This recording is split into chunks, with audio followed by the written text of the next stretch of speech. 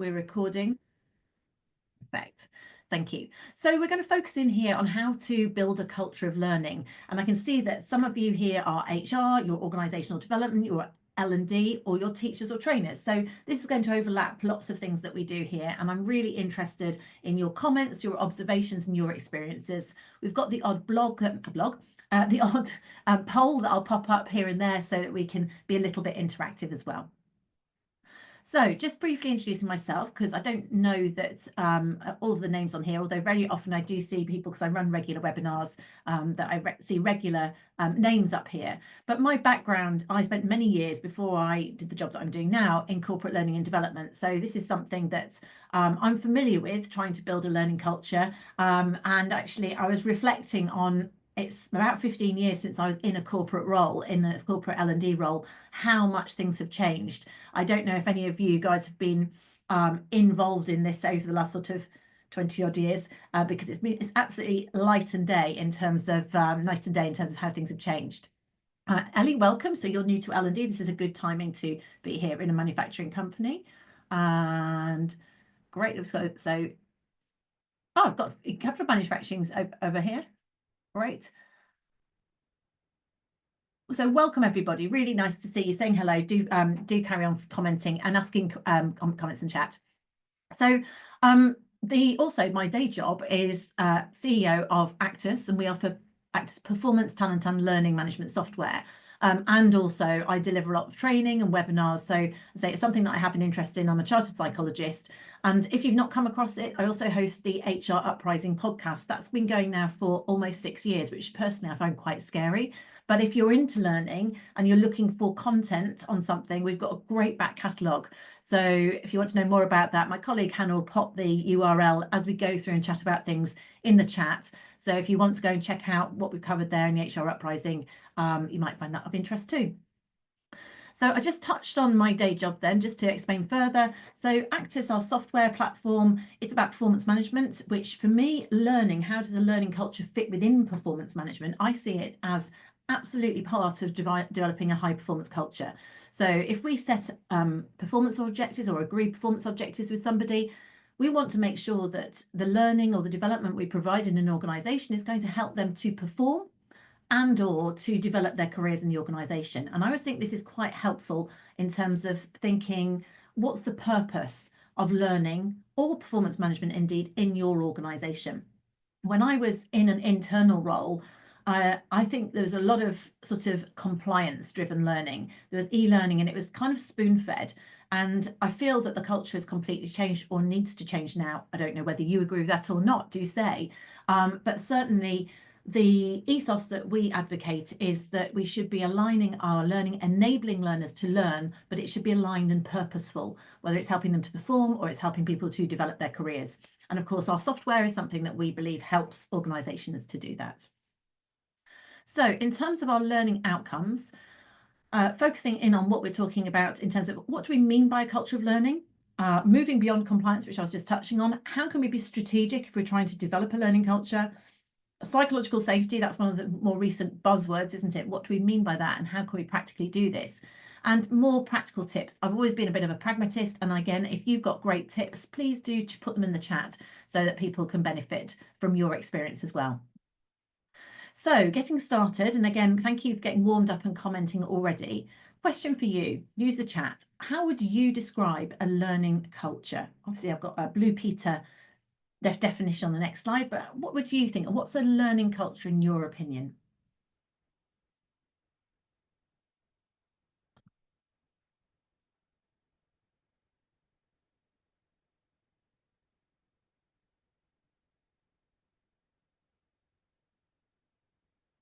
I'll give you a moment because I know it always pauses. You've got to think about it. It's quite a tricky one. So how would you know if you developed a learning culture? And it's interesting, those of you, there's a couple of you here who are in teaching. I mean, does developing a learning culture start when we're at school? The style of which we teach people, that's certainly, teaching is much more interactive, isn't it? In terms of how we getting the best out of people nowadays. So what we've got here, so we've got sharing and enabling. So sharing learning and enabling others to learn. I like that. Leah's saying the environment where people aren't afraid of making mistakes, they're willing to try things out in that safety. Totally great definition of psychological safety as well there, isn't it? Continuous improvement in the organisation. So not just individuals, but overall development of the organisation, says Pedro. Yep, maybe starts at home. People being motivated to seek out learning and new experience or opportunities. So people are sort of taking ownership and responsibility. Jenny's saying a workplace that encourages everyone to learn and share what they've learned. This is it. So they're not just doing it in isolation. That's the culture of it, isn't it? Encouraging people to develop new skills and knowledge. That's Dawn. Ruth says where learning is encouraged, opportunities to develop and grow is available to all. And Peter says employees are actively engaged in their own learning, sharing learning between individuals rather than top down, more than just traditional learning interventions. Fabulous definitions there. I think mine's a bit weaker actually than yours, but take any one of those from the chat, and I'll share my other one here.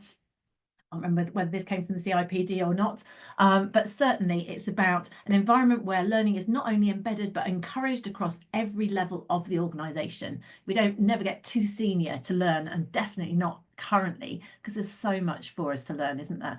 There's so much going on.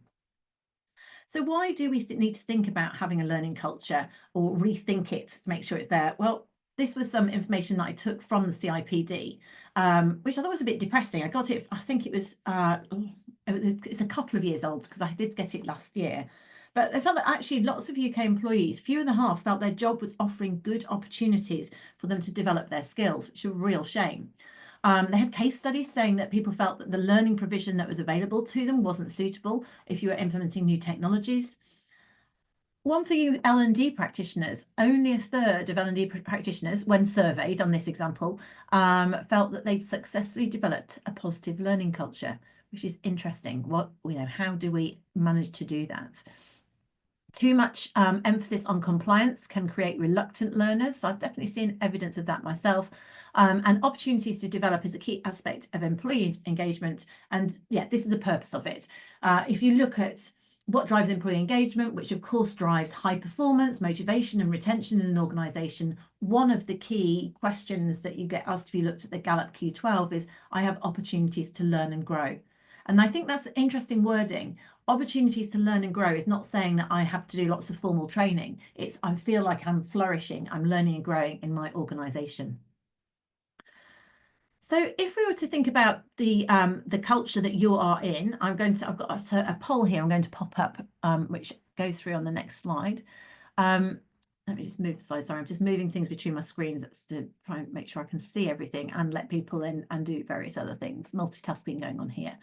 So let me just pop this up for you.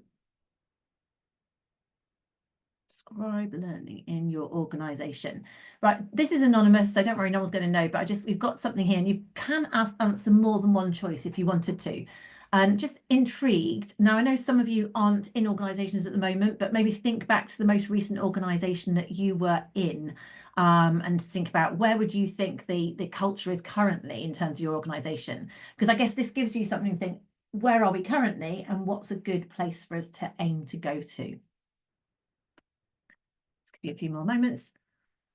You see, I can tell we've got L&D people on this call because you're on it. You're on it and you're interactive. Well done. There's a difference between different subjects that we're doing. Brilliant. Okay, 51% participation. I'll just give you a few more moments for a few others to go. If you want to choose more than one, you absolutely can. If you've gone for other, let us know what that is. Be interested to know what you've come up with. If there's something else to add that we've not thought of. So 60% completion. I'm going to give you just 3 more seconds. I'll do a countdown and then I'll share the results in terms of what we've got here. So is it tick box compliance, learning on the job, but people expect or want formal development? That's what that's about. You've got loads of content in it. So maybe you've got a big e-learning library, but people don't use it. People are self-sufficient. They're learning, teaching themselves, but they don't share that learning. Have you got active problem-solving collaboration? If so, brilliant. How have you managed to do that? Sophisticated blended approach. So maybe e-learning and on-the-job learning and training or something else. So do shout and let us know what else you've got there. So I'm just going to end the poll there. Anyone else want to participate? Actually going up to 62%. So don't be shy. I've got to give you one more moment before I end the poll. Okay, let's end and share. So that is quite a typical view in my experience. So there's lots of people who are doing learning, but they're doing it because they feel they have to for compliance. They're learning on the job, but still want to be supported or formal training, or want it to be, I shouldn't use the word spoon fed because that's a bit sort of pejorative, but it's interesting. They want more. They feel like they want more. Maybe not quite comfortable learning for themselves. You've got lots of content, so that's really common. Lots of you got there, but some of you got some exciting stuff going on. So any tips, please share them. Peter's saying you've got art. That's your definition. So your others is a bit scattergun rather than strategic.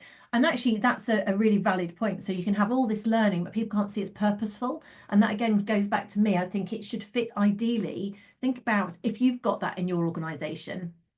And I think that's where compliance comes in. Compliance training is there often because people have to do it, which makes them slightly reluctant learners. But it's not there because they want to learn it for high performance. It's there because they'll be in trouble if they don't.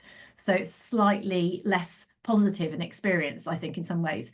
But if you can think about how should learning fit in our organisation, should it fit from a point of view of, you know, people's career opportunities? Should it be a reward for those people who are performing well, who want to go to the next level, in which case it's strategic. You're identifying talent in your organisation and giving them the training and development that they need to be ready for the next stage. That's when you're getting to the strategic point.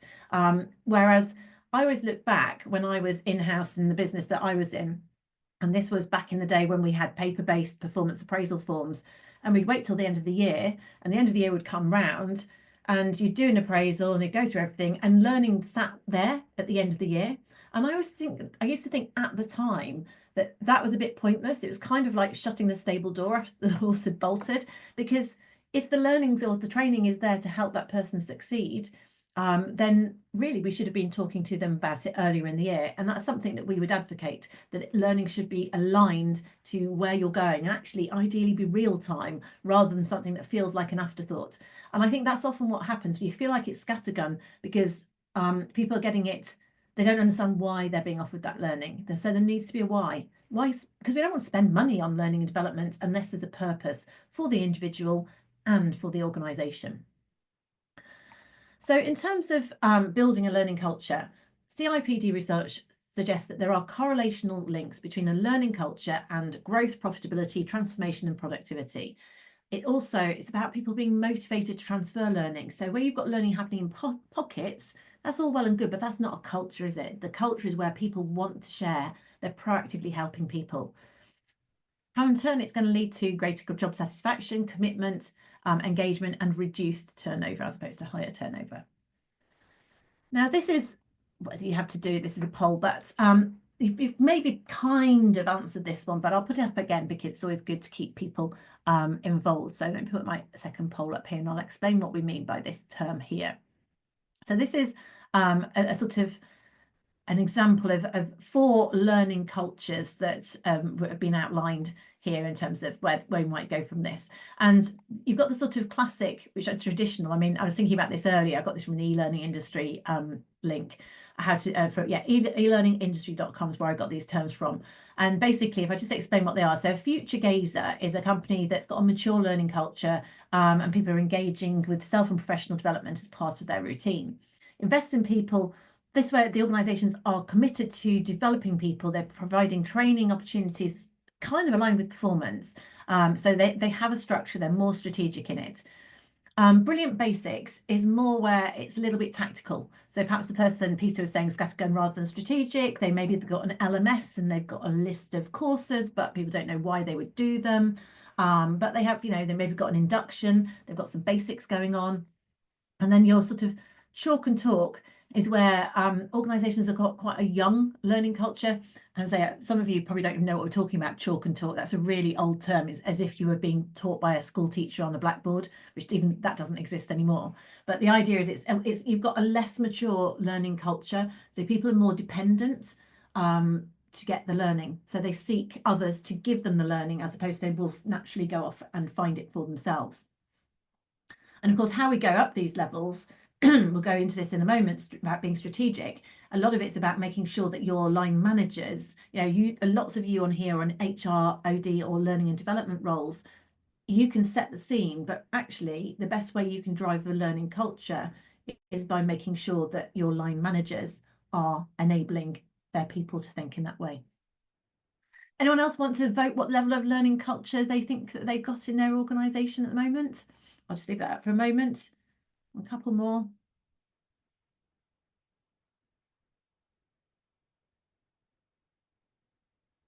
Brilliant. Let's just share this one. And again, I think the real purpose of putting things like this up is so that you can see that you're not alone, that many of us are at a point where we're at the basics. Maybe we've got a little bit of strategic stuff, or actually it's really, really basic, or compliance driven. People are very dependent. So it's about being realistic about the journey that you might need to go on. We're not going to automatically go from having a sort of chalk and talk level straight into being totally empowered. That is a journey, and any cultural journey takes a while. So be realistic about where you're going, and think about, actually, this is something that's going to happen over time. So if you want to think strategically about your learning culture, this is a way in which you can think about this at 3 levels, because as I say, it doesn't, you can't magically, those of us in L&D roles, we're change agents. I think if we're doing a great job, we can be a change agent, but we can't do the change. We have to be enablers. And we have to think about how we're going to do that at an organisational level, at a team/management level, and at an individual level. So let's look at each one of these in turn, and then we'll go on to psychological safety. So if you want to look at it at an organisational level, and if you are in a senior role, you might be able to directly affect this. So you could actually create a vision for learning, or this might be an OD, L&D, or HR strategy. You might come up with something there. And you could get buy-in from the leaders. And the main thing here at organisational level is it needs to align with the business strategy. I'll always keep coming back to this concept of why. Do people understand why they should be learning? And it's not sufficient for the why to be because the regulator will tell us off if we don't do it, because that's compliance, that's push, that's sort of stick type training. What you really want is people who they see a purpose to that development. There's a positive carrot level to it as well. Can you also think, if you want to be strategic about it, do you have career paths mapped out with learning aligned to it? Now, again, many of us are starting at a low level, so you're not going to do everything. But what about line managers? So how about, as an organisation, you make sure that your line managers have appropriate training in people management skills, and then you could identify that future team leaders or people who aspire to it, you could start to give them development in advance so that they're ready to step into that role. As you become more sophisticated, there might be specific areas of the business, let's say project management or engineering, or in your manufacturing roles, there might be specific areas where you can develop a career path where the learning for the next level could be proactively offered to people who have aspirations. So then they see that they're being given that learning as a reward to take them to the next level. Reflection on lessons learned, constructive challenge, positively encouraged. That's all about your psychological safety. Basically encourage people it's okay to make mistakes, and that learning comes from those. Same with risk and experimentation. Do people, do the senior leaders in your organisation allow people the time to learn? Do they get, if they would get sent on a training course, do they get pulled off it? I mean, it's interesting. I don't know if that's as common as it used to be, because, I mean, again, tell me in the chat, back in the day when I was doing lots of training, people would go out, for 3-4 day training courses. That's quite unusual now. I see much more where you'd have a couple of hours here, half a day there. So it's more woven into the week. And the problem is, when it was a 1 or 2 day training course, the line manager might sometimes go, well, no, this is urgent, you've got to do that, so you've got to miss the training. So the training would always be sort of seen as secondary. I don't know if you still see that or not, but certainly a lot of the training that I'm involved in delivering is more in half-day chunks here and there, where, like you are now, you can, in theory, fit it around your day. I suppose you can equally choose not to do that. And again, just thinking, what is the purpose of that learning? Is it passive, compliance-driven, or available at the point of need, which is your really, really kind of sophisticated approach, where, let's say, you've got an internal AI platform or LMS platform where it can identify that you've got a problem, or you can just identify it and you can get the learning that you need just when you need it. So that's when you're really getting more sophisticated. So think about it at an organizational level. That's the sort of strategic level. And then you can chunk down to the team or manager level. So this is your behavior of your line managers, which is going to make or break it. So as I was just alluding to, do the managers buy into and support time spent on formal or informal learning? Have they been trained? You know, it's hard for them to value it if they haven't experienced it. I mean, think tools like 360 feedback tools are really valuable for line managers to get better self-awareness. So you don't have to do formal training, although if you've done that, but they might not realize they've got blind spots. Those ways in which do they understand themselves and the way they manage others? Are they role modeling? So are they learning? Do they have coaching skills? Now, coaching skills for a line manager is so important to help people to learn on the job. You know, those that you've got the old school kind of, you know, command, control and command type approach, which is much more tell. But actually, those line managers who can coach people, are comfortable giving people constructive feedback, they're creating a culture of learning, and they're also passing it forward for others to learn, making it safe. And again, are they helping the learners understand why they need to learn something, having purpose from that learning? So that's about your team and your manager level. And then down to the individual level, do individuals in your organisation feel engaged, and do they know why? Do they have a vision for what they want to learn and the needs to learn? Do they know how to avail themselves of formal or informal opportunities and feel it's okay to go for them? They feel empowered to access them, go and ask someone for information, go on Teams, message somebody. Do they take accountability, or do they see it as your responsibility or someone else's responsibility? If they take accountability, do they know where to find information? And basically, do they understand how they learn best and how to access material? So very much down to that individual. And that is chicken and egg, because if they've got a very directive manager and they only ever get to do compliance training, they're not going to hold themselves accountable or take risks. Whereas if they've got a line manager that says, oh, well, how are you going to learn that? What do you want to do? You know, where would you find that learning? How can you find the answer to that question? So if line managers are coaching them to think for themselves, then they're going to get a better attitude to learning, and you're getting them to think for themselves. And those of you who are teachers out there, a lot of that, isn't it? It's about asking asking children to think for themselves, encouraging people to have things from themselves as opposed to tell them the answers. And part of the benefit, if you think about coaching or anything to do with think for yourself, I do link back to my dad. I used to ask my dad questions of things. He was a bit like a natural encyclopedia, and he said, go and look it up. And I think, well, what's the point in looking it up? And you can just tell me the answer. But undoubtedly, if we do go and look something up, then if you do, no problem, Jen. If they do have to go and look something up, if you have to work something out, that experience of learning, or if you make a mistake and you have to reflect on it and think, what would I do differently? Or your manager coaches you through how you could do it even better next time. That experience is going to have more resonance, is more likely to stay with you, you know, as a learning than it is if you just were told something and it goes over your head. So thinking about that. So moving beyond that, so if you're thinking about your strategic culture, you need to think of it organizational, managerial, or team level, and individual. We talked about that. And then we also want to go beyond sort of classical learning styles. So that got some of this information from a book called Creating Courses for Adults, and a guy called Ralph St. Clair. And he had a number of theories about how we get learning to be more coherent, more cohesive, more modern to learning. So back in the day, some people have done things like learning styles, Honey and Mumford's learning styles, where they'd say, I mean, if you have done that, maybe you might go, I know that I like to learn in a certain way. So the four styles were theory. So some people like to know the theory first. Some people are reflectors. So they learn by going back and reflecting. And actually something like this is okay, maybe a webinar for that. But if you're someone who's an activist, you like to do, then that, which I am, which is why I always have a preference for things like trying to get people to chat or use the polls or to interact, then that's keeping you engaged. So that's your activists, or those are the people who are happy to jump in and try something and learn from doing. And then pragmatists, it's about working out why we need to do things. And actually, lots of people don't necessarily feel the purpose of learning unless there's a strong why.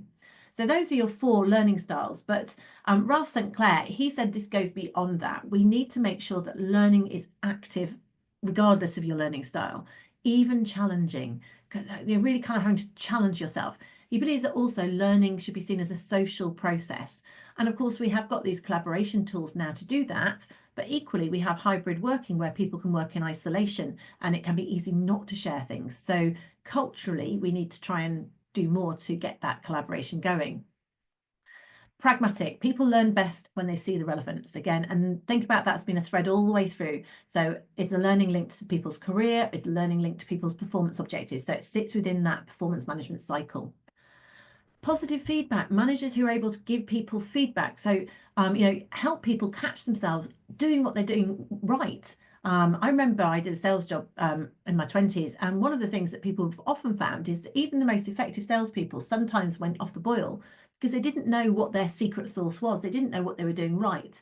So it's just as important when you're learning something new to know what you're good at, as it is to know what you're less good at, because together you want to be able to repeat those strengths in those things. And of course, that again fits with kids, doesn't it? Reinforcing the good behaviours. Give people control over their learning and make it psychologically safe.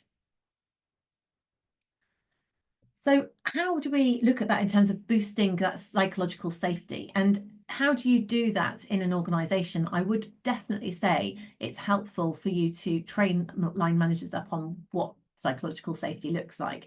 But the benefits of it is you're going to keep people in the organisation. They have a sense of belonging, they're more likely to stay, they feel safe. It employs engagement because people feel valued and bought into. It increases people's ability to learn from mistakes, and that's going to improve business performance. And it's likely to increase team innovation and creativity because people feel safe enough to try new things. So that's the benefit of it. So how do we get our leaders to do this? Well, these are the sort of actions that I would encourage you to talk to your leadership about and to help them recognise this. So if you wanted to do something on psychological safety, you could actually ask me, what can I do? How do we do this? Making it safe. So making sure that your leaders and managers are comfortable acknowledging where sometimes we don't know all the answers. Uncertainty exists, and that's okay. Valuing differences of opinion. So seeking out challenge, not saying it's my way or the highway. Offering support, recognizing others who offer support. Can we also do things like ask questions, invite ideas, sharing resources, appreciating contributions, and just generally encouraging personal and professional collaboration. So it's very much about being open, being non-threatening, taking out the fear of people getting involved. And that's how the leaders can really engage that. And then from an individual point of view is, how do we feel if we're in a psychologically safe? And maybe you have to think about this for your organisation and think about where you want people to be. So if you want to have a culture which has got a really strong a strong culture of psychological safety, which of course is going to link with a learning culture very strongly. It starts off inclusion. Okay, I feel included, I belong here. That's quite low level. As a learner, I feel safe to learn and grow. So that's kind of entry point, maybe induction, things like that. If I've got level that I think that I'm a contributor, I think that my thoughts and comments are valuable and will be listened to. And that's not bad, right? Many of us be quite happy with that. But if you get to the next level where you are a challenger, now the key about this is your mindset. Do you care enough? And it's not only care enough, because you need to have that contribute to the thing that comes first, where where you know that if you did speak up, it's likely to be respected and listened to. So challenger, I care enough to share an alternative view and trust this will be respected. So you feel okay to change the status quo. So that's the mindset that you absolutely can go through. Yes, Victor, we'll send you the slides and the recording. Don't worry at all. That's all going to come your way. So we've gone through quite a lot of content. I go through reasonably quickly, so that's why I'm sure you want to check on the recording here, and you get the slides too. But if you were to think about the different types of learning in your organisation, before I go to sort of my summary side of things that you could think of, have a think. Are there types of learning that you could think of that take part in your organisation or you'd like to try? Pop them in the chat. What different ways can you think of that people could do that they could learn? Let's see if we've got any new ideas. And I've got some on my next slide, but it would be good just to get your thoughts. So obviously we know we've got classical things like classroom training and e-learning, but how else do you learn? Or what other methods have you come across that are really effective for either sharing information or encouraging others to learn? Just give you a moment to get some ideas here before I just put my idea up. In the interest of making this an active way of learning, making you put down your lunch and type something in.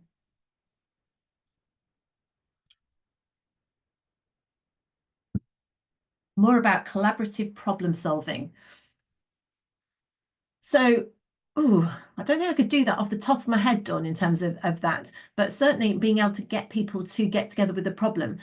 We used to do Ketnatrago. God, that came out blasted. So a problem-solving methodology that we used. I worked at a company called Siemens for a number of years, and everyone was trained in this particular problem-solving methodology, and they'd get together and apply this methodology called Ketnatrago for applying a problem. And a lot of these things, it's about following a process with a problem as a team. We've done it also when I did a sort of outdoor pursuits team thing. You had to start. The main thing was also being really clear about what the problem is. And that's often where people get wrong because they don't get clarity on it. But I'm sure if anyone else knows anything about collaborative problem solving, please do drop that in there for Dawn. Project work with interdisciplinary teams. I think project work is so valuable, Ruth. I really do agree. And if people can get the opportunity to learn to work on something that's slightly out of their role, then you bring a different perspective. But it's not just a different perspective you bring to a project. It's that perspective of working with those other people that you take back to your environment. And that's how you really get, yes, a learning culture, but also a really collaborative culture. Sharing from experience. And both, in fact, both of those examples, maybe all three of those examples, one of the key things is reflecting. So if you've had an experience of stopping long enough to go back and sharing what you learned. So those classic questions, what worked, what didn't work? What would I do what would I do the same next time, or what would I do differently? So getting that to happen. Social learning across teams, so creating that, and definitely more and more social learning. But to make that happen, this is, again, many of you are L&D people. These are things that as change agents, you can facilitate this by making it normal, if you like. How do you normalize that social learning? What sort of things can you do where people get together and the purpose is, let's talk about how this project went. Let's do a lessons learned, and just making it really safe in terms of that. Triz, I haven't come across that before. Thank you for sharing there. Kirkpatrick, yeah, so that's a good peer support in the moment coaching. So peer-to-peer coaching. Can I define social learning? I don't know if I can define it off the top of my head, Ruth. Someone to chat GPT for me. Certainly, I would see it as something collaborative with other people, or it's even by watching others. I mean, social learning happens from kids watching others, animals watching others. So you can see that a lot of learning is people observing others. I think in this day and age of things like YouTube, I don't know whether that would be classified as it as well. So be interested if anyone can quickly chat GPT what social learning is, because I think it's moved on a lot. But the main thing about it is, it's actually a slide that I took out of this slide set, that they're saying that about 44% of learning nowadays takes place through social learning. And I think the point it's making there is it's through interacting with others as opposed to sitting on your own in isolation. Thank you, Jenny. Social learning is a process of learning new behaviours by observing and imitating others. Exactly. So it is how kids learn, isn't it, initially? Collaborative learning approach that can be used in many settings, including schools, workplaces, and families. Perfect, Jenny. On it. Thank you very much. So those are just some ideas of different types of learning readily enabled or that could be encouraged in your organisation. And let's say, so some of those things that we've got here.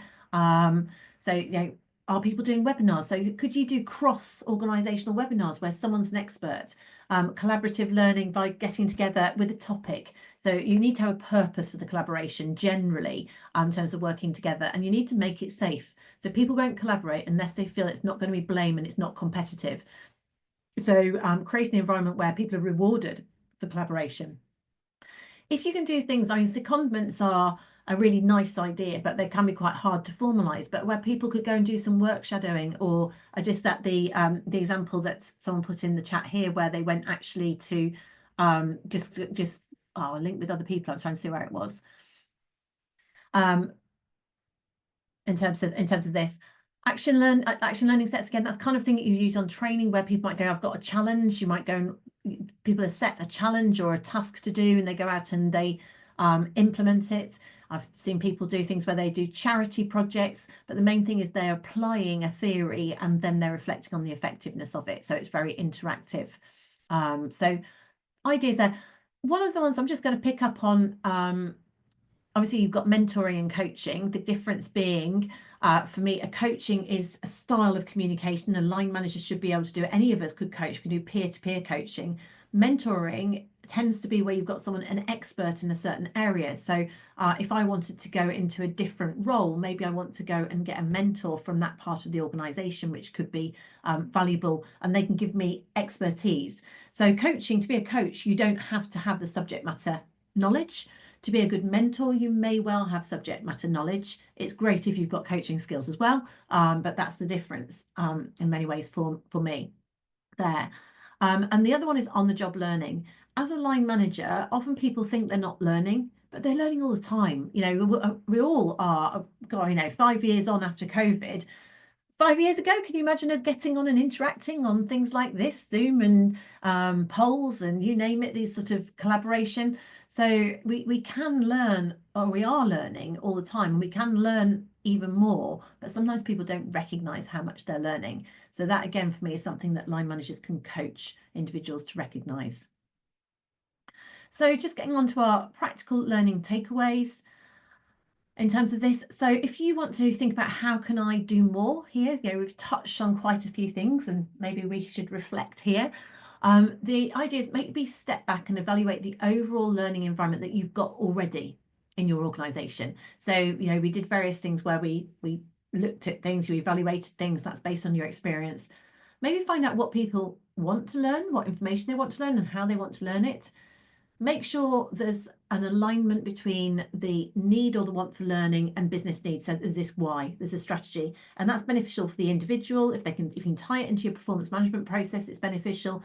And also, if it requires investment, either in time or money, then you're more likely to get it if they can see there's a business requirement. Think about variety of learning tools and people thinking about those and encouraging different ways of learning, of people recognizing that that is learning, whether it's a project, an action learning set, a reflective activity, that it's valuable in terms of learning. You know, if you've got subject matter experts in certain areas, how can you get them to share that knowledge to create learning content, whether it's webinars or others that people can learn from? You know, emphasize that learning is a priority in your organization from day one in terms of induction. Get line managers to value that time, to ring fence time. Try and make it social, fun, part of day-to-day life, and, you know, see where you get to. Don't, you know, you're not going to get to that panacea overnight, but, you know, little wins along the way can be really, really powerful. Okay, so those are my practical learning takeaways. We'll send these things through. Let me just run through some what we've got next in terms of our learning content. And okay, my colleague will send an email out to you, but Hannah will also pop things in the chat for you as well. Yeah, Dawn. So but everyone's budgets are under pressure, aren't they? So actually, how much do you really need to spend money on? It's really about making the connections, I think, is the key. It's helping people think about how they are learning already or how they can learn on the job. And that's more about time, and it's about the style of communication from your line managers. It might take a bit of training of your line managers, but that doesn't have to be lengthy training. That's maybe communicating, and there's loads of resources out there. And incidentally, I mentioned the HR Uprising podcast that we do. I've got a whole series of manager webinars there. We've got lots and lots of resources for line managers as an ebook, performance management ebook. There's lots of things like that. And actually, yes, if you want to know more about what we do and access we've got loads and loads of content that might be valuable if you don't have a training budget. Do follow us on our social media links, because then you'll see things when they come out, whether it's a webinar that we're doing, whether it's a new ebook, a new video. So I've got a series of videos on YouTube that are coming out at the moment that are all educational. So there's loads of free stuff out there that doesn't have to break the bank. And again, it's all part of us learning in the way of work. So we've got webinars coming up. We're going to talk about 360 feedback. That's actually quite a a powerful way of developing people and talent management. I've got also a taster of something called Type Coach. And as I've got L&D people on here, this might be right up your street. We'll put the link to it. I can't remember. I want to say 17th or 18th of March is when it is. Type Coach, if you've come across Myers-Briggs, which I imagine many of you have, this is taking this theory and making it practical. And it has a very practical tool, which is rather than sort of saying what are your letters, and it's very theoretical, it's more applied. So it's say, okay, this is your preference, but you're working with Jenny, who's an ESFJ, and this is how you influence her, and this is what you want. So I'm quite interested in that. You want to know more about Type Coach, it's the 18th of March. You'll find it on our webinars. So follow us on Eventbrite, because that's where it says all of our tools, and you can see what we're up to. So thank you so much for joining. If anyone else got any other questions or comments, please do feel free to add them here. I'll stay on for a moment for any questions. You've got the links in the chat, and we'll also send things out to you over email as well. Thanks again.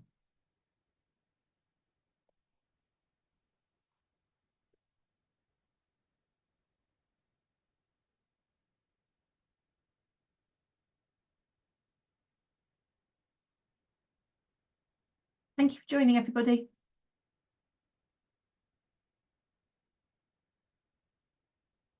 How do you encourage employees to take responsibility for their own learning and development, Cassandra?